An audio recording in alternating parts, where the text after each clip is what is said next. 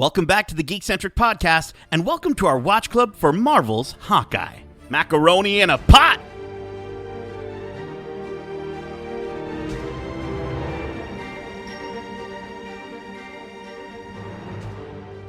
Welcome to Watch Club. My name is Nate, and this is our watch club for Hawkeye Episode 5, titled Ronin.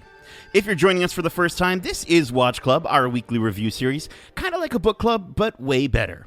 Keep in mind, we will be going into full spoilers for this series and the MCU in general, so if you haven't watched this week's episode yet, make sure you go do that, and then come right back to join us faster than a speeding arrow. Now, before we all find out who our mom's really been hanging out with this season, let me introduce you to the incredible masked vigilantes joining us this week. First up, he's a straight shooter whose aim with a camera is right on target. He's Justin Lawrence.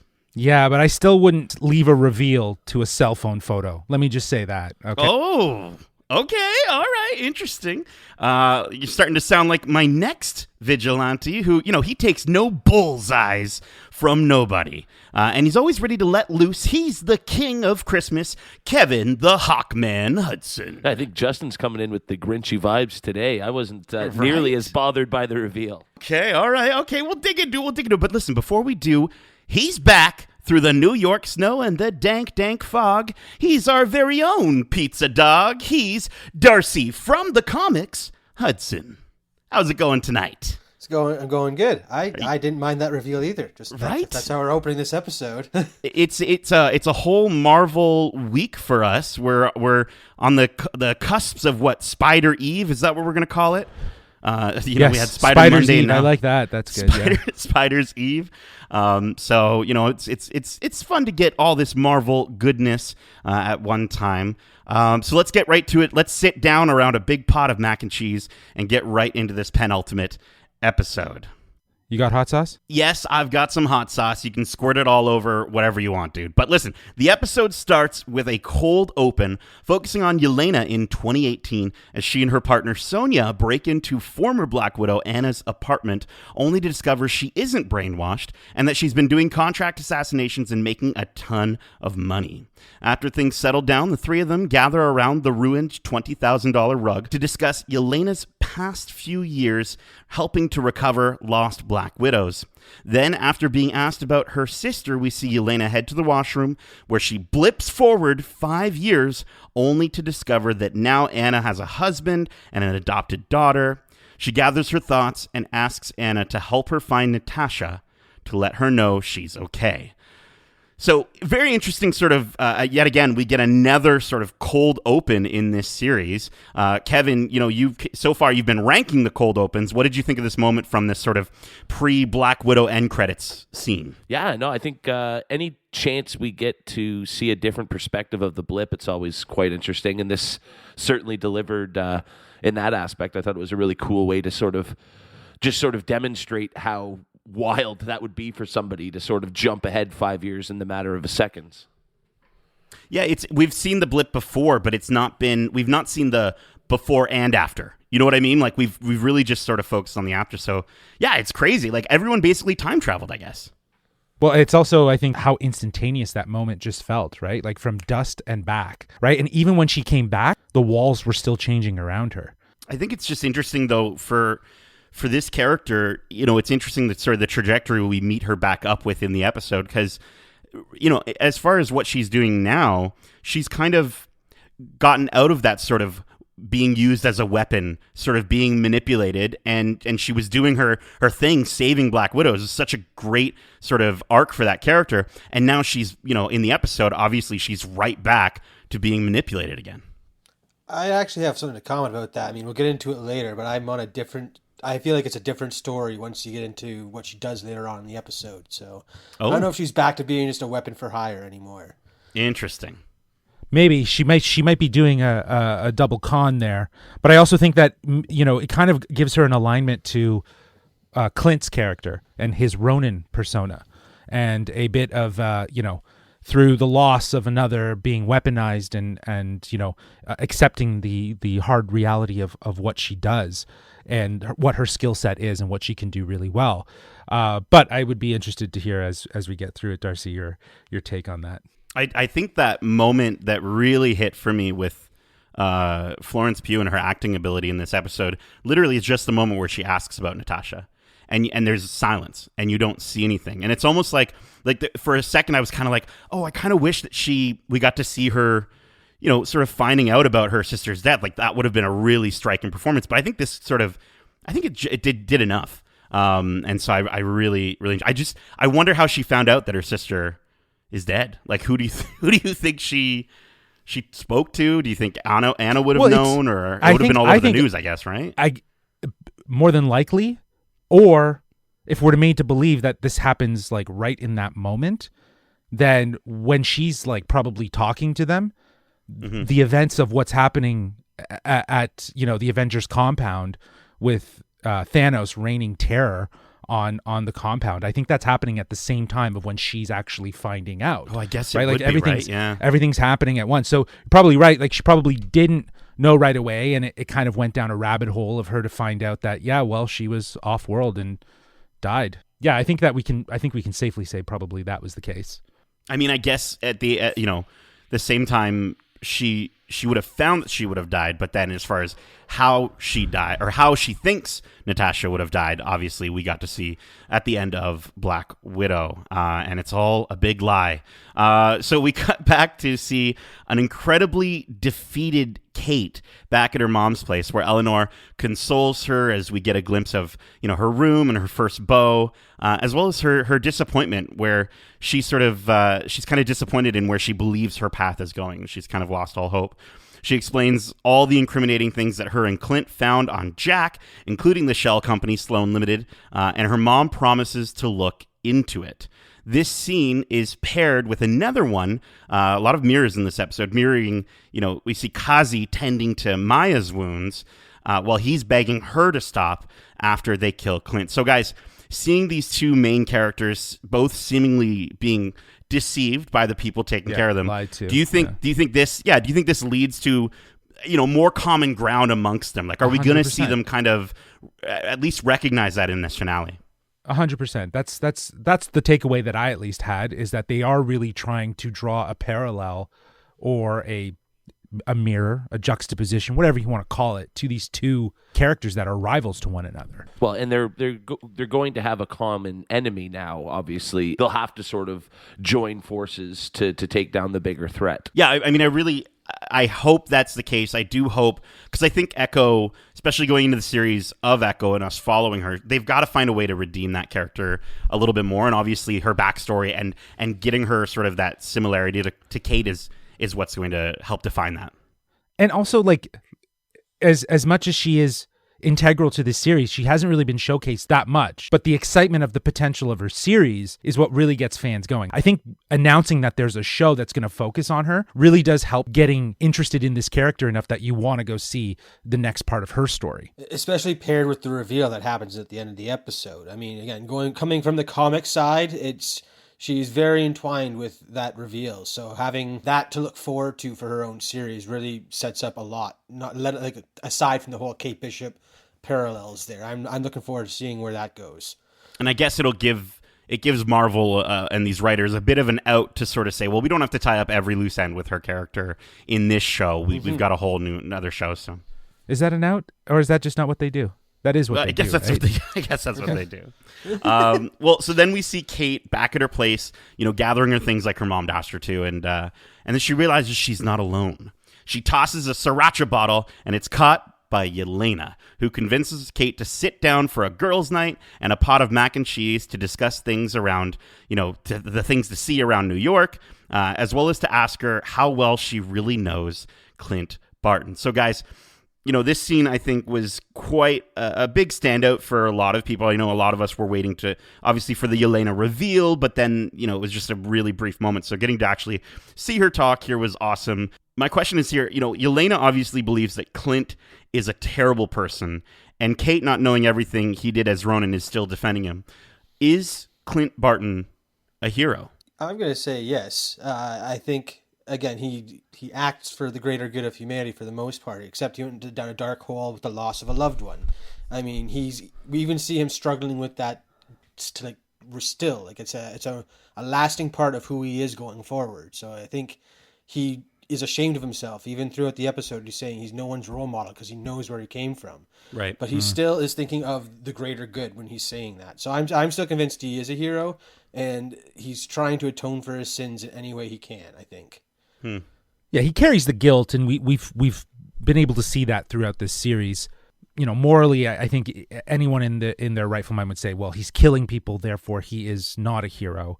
But other people would say, well, what kind of people is he killing, right? Like, if he is eliminating larger threats, and as he saw it, the people that survived that were these larger threats, but his family did not survive the blip. You know, he was justifying, he created that justification of why he was a hero. And again, he was a weapon. He recognizes that that's what he was. And I think, you know, stemming from his sort of PTSD of the whole experience, it kind of goes even just before him being Hawkeye, especially when he has that moment with Kate Bishop when he's talking with her, and he reminisces about before he became a hero, before he became an Avenger, right? That he did some terrible things. So I think, you know, if anything, Natasha was really the turning point for Clint in his journey. I kind of have an answer for my own question, and it's a cop-out, but it's like, you know, this isn't the weaponized Ronin version of himself, right? Like, we see the way he is with his kids, we see the way he is with Kate, and so I think as much as this is like a cop-out answer, I think, you know, Hawkeye is a good guy, Clint is a good guy, the Ronin is the villain. And I think, you know, he's a murderer who kills people for sometimes, unfortunately, just being in the presence of much worse people. And you kind of have to look at that in different lights. And I think this show is doing such a really good job at that, in the sense of, like, you know, we get to see this side of what is an Avenger, right? Oh, so because they're an Avenger, they can just kind of get away with doing some of these things. And again, it sort of plays back to, we just finished our Spider-Man, you know, rewatch, and it just talks, you know, especially for the Holland Spider-Man universe, our MCU, those villains that are sort of left in the wake of the aftermath of the Avengers. It just plays on that trope so well, and I loved how they were able to still incorporate that into Yelena's story. I was getting just from the whole Ronin thing, I got very strong Punisher vibes, which is very appropriate. And again, going back to the reveal, it seems like the Punisher is looked at as an anti-hero. He's still trying to fight for good. He's just doing it in incredibly vicious ways, and people still think he's a hero in that regard. So he's an anti-hero. I wouldn't call him a villain, because he wasn't going around killing good people or innocents. He was hunting down evil just with ruthless means. So that's just exactly. That was my take on his whole character. I totally agree. And I think also, too, if we think about the potential of future characters, like Daredevil, like potentially a Punisher, or even a Moon Knight, you know, I think they're laying the groundwork for the audience to start questioning the anti-hero and where they fit into this whole superhero mentality of the MCU. So I think that there's an interesting dialogue that's being established with Clint's character of being Hawkeye and the Ronin in this series that is going to have a very, very large impact on the MCU and the kind of heroes that we'll see in the future. And I mean, that's going to really help if they can establish this template for the MCU when they bring in Venom. Right? Like, when they bring in this anti-hero of Venom, I think that's going to really, really help to elevate that character. And I just want the MCU. I want the MCU writers just to write Venom for the rest of my life. I don't want him put back in the hands of Sony. Well, and Deadpool, too. If you think of Deadpool coming into factor, too. Well, he's one of the biggest anti-heroes out there. He's using guns to kill everything, basically. Exactly. That's a really good call, because we know that there's going to be a Deadpool movie coming out. But, like, even in versus something like, you know, a Venom, I think that's still going to be played close to their chest for Sony, in that they don't necessarily need to worry about it. It just depends on, you know, I guess if Sony really does open the gates of Spider-Man to allow Marvel to really impact and influence. I guess we'll wait and see until tomorrow. But anyways, we're talking about Hawkeye. I don't know, man. Regardless of what the actual movie does, you know, the No Way Home, the numbers, the box office numbers, I think that's going to have a lot of sway for how that's going to affect our Spider-Man characters going forward. But I just wanted to quickly ask you guys, I need the power of all the geeks in the room here to help me with this one. Yelena mentioned something that I thought was super intriguing, especially going into this new movie. She says, I'm excited to see all the different sites, and she lists the improved Statue of Liberty. Does this take place before or after No Way Home? Because in those trailers for No Way Home, we do see the Captain America shield Statue of Liberty. What's going on here? So I actually did some digging, because after the reveal of the Rogers play through one of the clips that people were just able to screen grab, I think that's the beginning of when the play is running, because we obviously know that where Far From Home ends is where No Way Home is going to begin, right at that moment. So it's going to carry right in. The Statue of Liberty piece as well obviously indicates that this has happened after. And I think they've said it's about a year to 2 years after the events of the blip. And I believe Spider-Man Far From Home is 6 months after the blip. So we're looking at like definitely past and present, if you will, or future. It's definitely opposite ends of the spectrum. But I did notice the Statue of Liberty piece, and I think that is a really good nod to say that this is happening after the events of No Way Home, which also again ties into the reveal of what's going to happen at what we got at the end. Wow. Interesting. So, I mean, at least we know New York is going to be okay in some form or fashion at the end of this movie. Interesting. Okay. Well, listen, meanwhile, Clint shows up at Grill's place, and Grills lets him know that Missy dropped off the new outfits for him and Kate, but unfortunately we didn't get to see them just yet, because Clint, as he deserves to do, passes out on the couch. Then we see the arrest of Jack Duquesne. Is that how you pronounce that? Duquesne? Duquesne? It's just Duquesne? Okay. Jack Duquesne is the SNE, is that like a silent thing? Is that what's going on? Yeah, it's a French thing. Oh, it's a French thing. Sorry to all our French listeners. So then we see the arrest of Jack Duquesne at Eleanor's flat. Kate walks in as she hugs her mom and apologizes. So is this an act? Like, is this an act? Are those even real agents arresting him? Why is he so calm and collected? What's going on? I don't know. It feels like a waste of a character to me so far, because he just comes off as a joke, despite having all this potential, and from the comics as Hawkeye's mentor, right, to a certain extent. So, just having all that, and then even the teases of him picking up a sword and just seeing him go down this easy. I don't know if he's coming back. It's weird. His character is still very up in the air for me, and I don't know if I'm a fan. So just yet. Interesting. Yeah, I think they've been writing him very like oddly. They've just written him as like the sort of flaky guy who just doesn't understand what's going on, and he's being used by Eleanor, or he's involved. Like he's very much involved, and it's got to be like a long con kind of thing, and that's why he's so calm and cool. And we know that they're actually cops or agents, because didn't one of the cops that was there, that was one of the cops, the same that agent that called her. Yep, you're right. Yeah, right. Yep.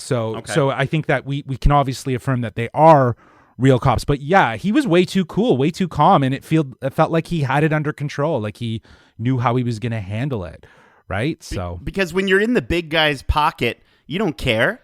You don't care at all what's going to happen. He can just and he's make got a deep phone pockets, call. Right? He's got deep pockets. He's a big guy. He's got those suit jackets. Got massive pockets on it. So I think Jack is going to be just fine. But I don't know. I just thought he would try to make it look more like, to make it look more convincing. He would act more upset. Like it's such a mysterious way of him just being like, "I'll see you at Christmas party," and I'm just what is going on? I mean, I guess if you think about it with the connection at the end there, I wasn't putting that together when I was first watching it. But I guess if you look at it that way, maybe she's afraid because she knows the extent of power that the big man has. So there's a very good chance that he might favor him over her for whatever reason. So maybe that's what she's afraid of, because she did kind of look a bit perturbed after he said that, as he was walking away. Right. So. Oh, interesting. So it's like they're trying to like con each other. Yes, they're trying to one up each other with the big man. No matter what direction it goes in, it just feels like there's so much left for the show to have to explain to us with only one episode to go. Well, we have to also deal with didn't this all start from the murder of his uncle in the first episode? And we haven't really gotten back to the circumstances or of what's going on. And, that could be something very small and very trivial in the grand scheme of things, as we find out in the finale. But yeah, to your point, it's like there's a lot that they kind of are leaving on the table here, and maybe it's going to be explored in future series, like unless New York. unless they pull the Loki again. Right, unless they are going to give us a season 2 of this show when it's not expected. So we'll have to wait and see. But let's kind of keep going here. We see Clint standing in front of the Battle of New York Memorial as he tells Natasha he misses her and that he's sorry for what he's about to do. This is followed by a scene where we see Kate reflecting on all her past achievements and, of course, her first bow. And she kind of picks herself back up. She's inspired to get back to Clint. And after way too many voicemails, she tracks down his location and travels to Fat Man Used Cars, which I thought was funny that it's now a used car lot instead of a repair shop, where after a brief call with his wife, Clint takes out Kazi and all the tracksuits before confronting Maya, telling her they are both weapons manipulated by the same guy, her boss. She calls him a monster and tells him he's lying, and just as she's about to get the upper hand on him, Kate stops her with a well-placed arrow. Clint escapes, and then we see Kazi meet up with Maya to check on her, where she asks him about his whereabouts during the night her father died. So let's dig into all of that. You know, if you want to talk about the actual scene, the confrontation, or even the moment between Kazi and Maya at the end there. Why did Clint go from this ominous scene at the Attack of New York Memorial, where he asked Natasha for forgiveness for what he was about to do, and then he just kind of turns around and he has to go and talk to Maya for another stern sort of talking to be like, listen, leave me alone. Stop chasing me. Why did he have to ask for forgiveness for that? Well, is it that he has to become the Ronin one more time? Is that what he's sort of... I think that's kind of where they were going with it, yeah. You're right, I think it's just that along that lines of like, he's dipping back into that dark version of himself, and he's just trying to make sure he's okay on all fronts. But I did want to just kind of bring up the thing about Kazi and how sort of Maya suspects Kazi. And I think it brings up the question of like, did Kazi kill Maya's dad? And I don't think he did, but I think he is the informant that brought the Ronin to the tracksuits. Because, it would mirror Kate's experience so well with her mom lying to her, right? Like, her mom being at the root of her darkest moments with the death of her dad, and then Kazi, the one person that Maya can trust, being, right? And again, it's cool how they're utilizing these parallel storylines and finding different ways to still bring these characters in alignment. I don't know. I really appreciated that. Yeah. Well, yeah, he definitely seemed kind of sketchy, too, once she said, I let him, he got away. He's like, no, and they started pacing around. Like, he didn't have all that much on the stake, I thought. I thought it was her hunt for him that was hunt for the Ronin that was, making him help. But he seems to have wanted him dead just as much as she did for probably different reasons now that we know. Well, I mean, I just hope, to Kevin's point earlier, that we do get more clarification on that, or are they going to are they going to bring Kazi back in Echo? It's again, maybe that's where they can kind of still leave some loose ends at the end of this series for her character. But before we get in talking about another whole series, let's finish up this episode. We get all the way to the end of this episode where we see Yelena tracking down the woman who hired her,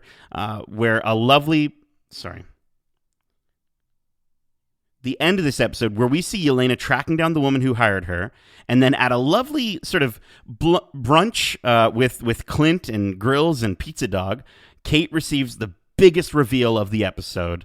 And after showing these text messages to Clint, he confirms that's the guy he's been worrying about the whole time, Kingpin. So we finally got confirmation Kingpin is back, played, according to the credits, by Vincent D'Onofrio. I think we all saw this coming. So that brings us to the end of this episode and our prediction segment, which we call Hit Me With Your Best Shot, where I want the three of you to, hit me with your theories and predictions on what this reveal could mean for the series. And then once all the arrows fly, we can assess throughout the series to see if you were truly on target. Or I guess next week we can find out if you were on target. So, Kevin, why don't we start with yourself, my friend? Why don't you shoot first and tell me, what did you think of finally seeing the big guy on screen, and what the heck is he doing with Eleanor? Yeah, I mean, I personally thought it was an interesting way to sort of finally reveal the character. Much like a lot of the things happening in the show, it served more to pose more questions than actually give answers about what his role is, how much he's been pulling the strings and manipulating everyone all along. So, they have so much left to answer in one episode going forward. I'm very curious to see how they're going to manage doing that. Yeah, as I was saying at the top, I don't like the fact that they just left it to a cell phone photo reveal for the character.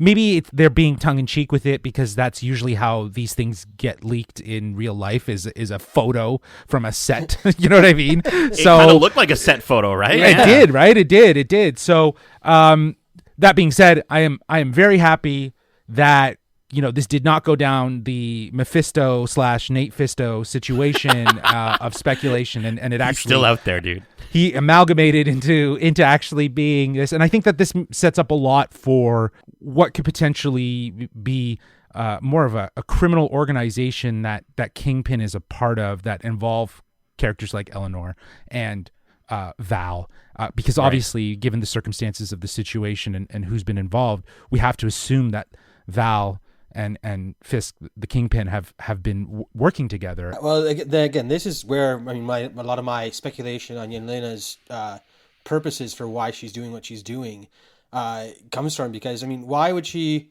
care about who hired her if she just had a grudge against Clint in the first place?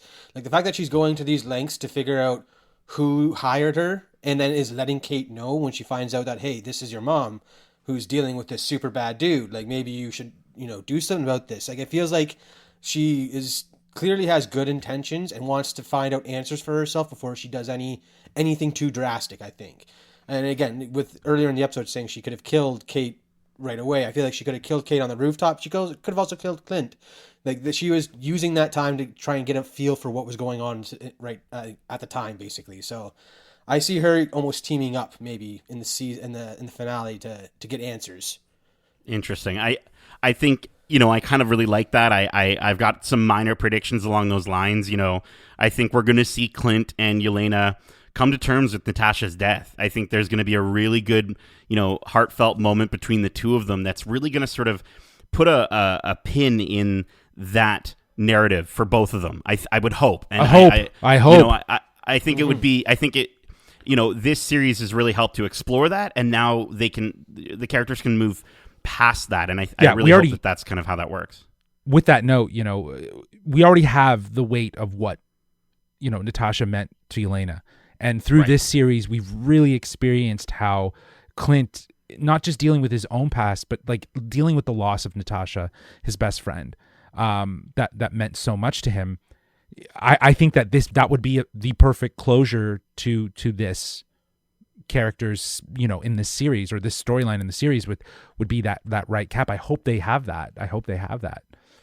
And I think it would be a huge miss for them not to, because again, Florence Pugh is just so good in this episode and as that character. So again, it would be really cool to see how she's at least a little glimpse into what her future is. I also think, and this is a little bit of a less stable prediction, but I think we're going to get a full-on Kingpin scene at the end, like near the end, where they're all going to be in the same room and he's going to say some crazy, paragraph of lines that is just going to be like major exposition, but in a way that, right, like a monologue, but like something that like we, again, even though there's so much exposition in it, normally that would bug a lot of us, but it won't. I think it's going to be done so well, and I'm so stoked to see D'Onofrio again. Did you guys? It didn't look like him in the picture. I had to wait for the credits to get that confirmation.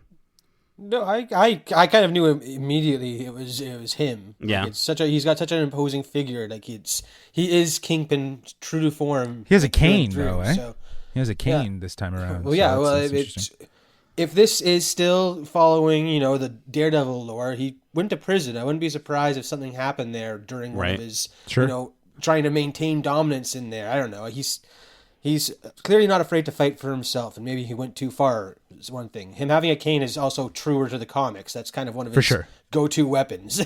Yeah, absolutely. I totally agree. I think that, I hope we get something with him, but I hope we don't get a lot, because I really hope that what we get of him will at least help set up, Echo kind of finishing the task, right? Because I do think that this needs to stay focused on Eleanor, what her intentions are, what her involvement obviously is, but what her intentions are, because that, with Kate Bishop being, part of this series, it's we got to wrap her story. So very much like you're describing, like wrapping, that Clint Yelena relationship and the closure of losing Natasha.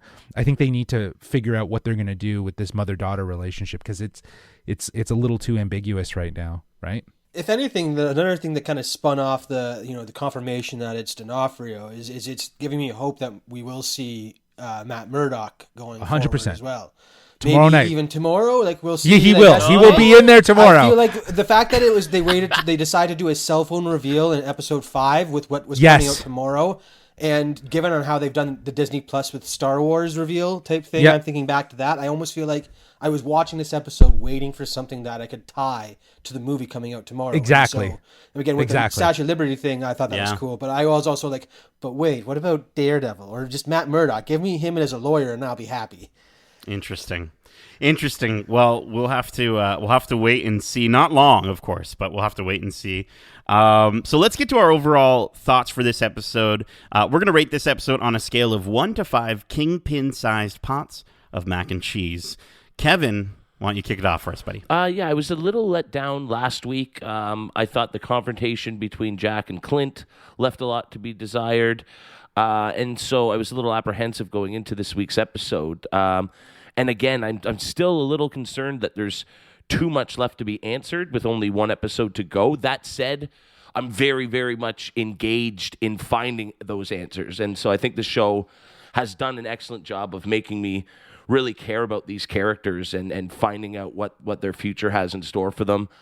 Florence Pugh is just so good as Yelena. She just takes that character and gives her so much. She's so fun to watch, in that role. And so that was a big highlight for me, the mac and cheese scene, if you will. So, I think for a penultimate episode with the big reveal at the end, it was everything you kind of hoped for going into that final episode, and I'm excited to see where it goes. So that said, I will give this episode a solid 4.4 out of 5 pots of mac and cheese. That's it. Well, close enough. Yeah. Darcy, how about yourself? I have a lot of things Kevin said there kind of speak to a lot of what I was feeling coming off of the last episode. Again, I had high hopes for the Jack DeCane character, and so far I've been very let down by it. That aside, I did enjoy the episode a lot. I loved a lot of the interactions between the characters. Is really good. Like I said, parallels between a lot of the characters throughout the whole episode. Every scene almost seemed to be referencing the scene previous, which I thought was really cool. So yeah, as a season finale, or next to season finale, I'm really looking forward to seeing how they close out this story, at least for the season. And I'll be giving it a solid 4.5 out of 5 kingpin-sized pots of mac and cheese. There we go. Justin, how about yourself? Yeah, I think that this series has been very consistent. Things to keep you as an audience hooked in wanting to see this story move forward, whether it be with its characters, whether it be with plot points. There's such a very interesting story to be told here. And I think that they're doing such a great job with planting the seeds and serving up the answers to some of those. That being said, given that this is episode 5, there's still a lot of questions on the table. Now, while I don't think that they need to resolve all of the questions in the final episode, I am interested to see what does get resolved and what does sort of get pushed into potentially other series. Because like we were discussing before, it's not unlike Marvel to leave doors open so that things can be explored in other series. So, that being said, I'm going to give this what I've been giving most of these episodes, which is a 4.5 out of 5 kingpin-sized pots of mac and cheese, because it's being very consistent, and those that 0.5 might be, in my case, is the narrative qualities that either seem very convenient or seem very forced in. Like last week, it was the LARPer scene. I think again this week it was nice to see Grills and his importance, but it also just feels sometimes those moments just feel a little more shoehorned in, just to give some breathing room in and around a really impactful scene like Yelena and Kate Bishop getting to know each other. It's going to have those little peaks down, but for the most part, as an MCU show, this has been one of the most consistent. I agree with you in most of that. I do think I think a lot of our expectations for penultimate episodes outside of the MCU, usually when we get to a penultimate, it's like, okay, like Game of Thrones, like the penultimate is going to be the big thing, and then the finale is going to be kind of like the continuation, or how these characters are going to move on, the sort of slower paced, and that's kind of how we've been getting outside of the MCU. But like this reminded me a lot of WandaVision's penultimate, in that it was much quieter. It was really just focused on character moments. But unlike that penultimate episode where it was really solidly focused on that single character of Wanda, this episode for me felt like it was kind of all over the place. The different plots felt like they were moving at different speeds, and the narrative to me felt a little jumbled. To your point, Justin, where you're talking about like the grills moments just sort of being there and then kind of cutting in between that scene with Kate and Yelena, it just felt like it was kind of going all over the place, where it could have been structured a little bit better. That being said, I loved seeing more Yelena. I think, again, Florence Pugh is just killing it in that role. And Kevin, to what you were saying, like she's elevating that character so much. Her interaction with Kate was probably the most memorable thing from this episode. But I think the rest of the episode, a lot of it sort of just felt like it got lost in the mix.